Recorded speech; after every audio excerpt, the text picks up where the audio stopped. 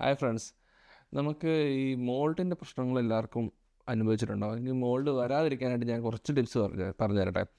മെയിനായിട്ട് നമ്മളെല്ലാവരും heater on ആക്കാൻ മടിക്കാറുണ്ട്. ഇപ്പോൾ ഹീറ്റർ ഓൺ ചെയ്ത് ഹീറ്റർ മെയിനായിട്ടൊരു 90 ഡിഗ്രി മിനിമം എങ്കിലും കീപ്പ് ചെയ്യാനായിട്ട് ശ്രമിക്കുക. രണ്ടാമത് നമുക്കൊരു ഹ്യൂമിഡിഫയർ ഉണ്ടെങ്കിൽ, നിങ്ങൾക്കറിയാം ഹ്യൂമിഡിഫയർ എല്ലാവർക്കും അറിയാവുന്ന കാര്യമാണ്. ഹ്യൂമിഡിഫയർ ഉണ്ടെങ്കിൽ ഹ്യൂമിഡിഫയർ യൂസ് ചെയ്യുക. അതൊരു 55 എങ്കിലും നമ്മൾ കീപ്പ് ചെയ്യാനുള്ള രീതിയിൽ ഹ്യൂമിഡിഫയർ ഓൺ ചെയ്തിട്ട്, ആക്ച്വലി ഹീറ്റർ ഓൺ ചെയ്താൽ തന്നെ നമ്മൾ ഹ്യൂമിഡിറ്റി താഴും. പിന്നെ രണ്ടാമത്തെ കാര്യം, നമ്മൾ ടോയ്ലറ്റിൽ അല്ലെങ്കിൽ കുളിച്ചതിന് ശേഷം നമ്മൾ വെൻറ്റിലേഷൻ ഓപ്പൺ ആക്കിയിടാം. എക്സോസ് ഫാൻ ഉള്ളവർക്ക് എക്സോസ് ഫാൻ ഒരു 30 മിനിറ്റ്സ് എങ്കിലും ഓൺ ആക്കിയിടുക. അല്ലെങ്കിൽ ജനൽ തുറന്നിടാൻ പറ്റുമെങ്കിൽ തുറന്നിടുക. അത് കൂടാണ്ട് തന്നെ നമുക്ക് വേണമെങ്കിൽ ഇൻഡോർ പ്ലാന്റ്സ് യൂസ് ചെയ്യാം. ഒരു പരിധി വരെ നമുക്ക് കുറച്ചൊക്കെ ഇൻഡോർ പ്ലാന്റ്സ് നമ്മളിതിന് ഹെൽപ്പ് ചെയ്യും. അത് നിങ്ങൾക്കറിയാം, സ്നേക്ക് പ്ലാന്റ്സ്, ലില്ലീസൊക്കെ നമുക്കിതിന് ഹെൽപ്പ് ചെയ്യും. ഇതെല്ലാ കാര്യങ്ങളും കൃത്യമായിട്ട് ചെയ്യുകയാണെങ്കിൽ തന്നെ നമ്മൾ വീട്ടിൽ പുതിയതായി മോൾഡ് വന്ന് കഴിഞ്ഞാലുള്ള ബുദ്ധിമുട്ടുകൾ നമുക്ക് ഒഴിവാക്കാനായിട്ട് പറ്റും.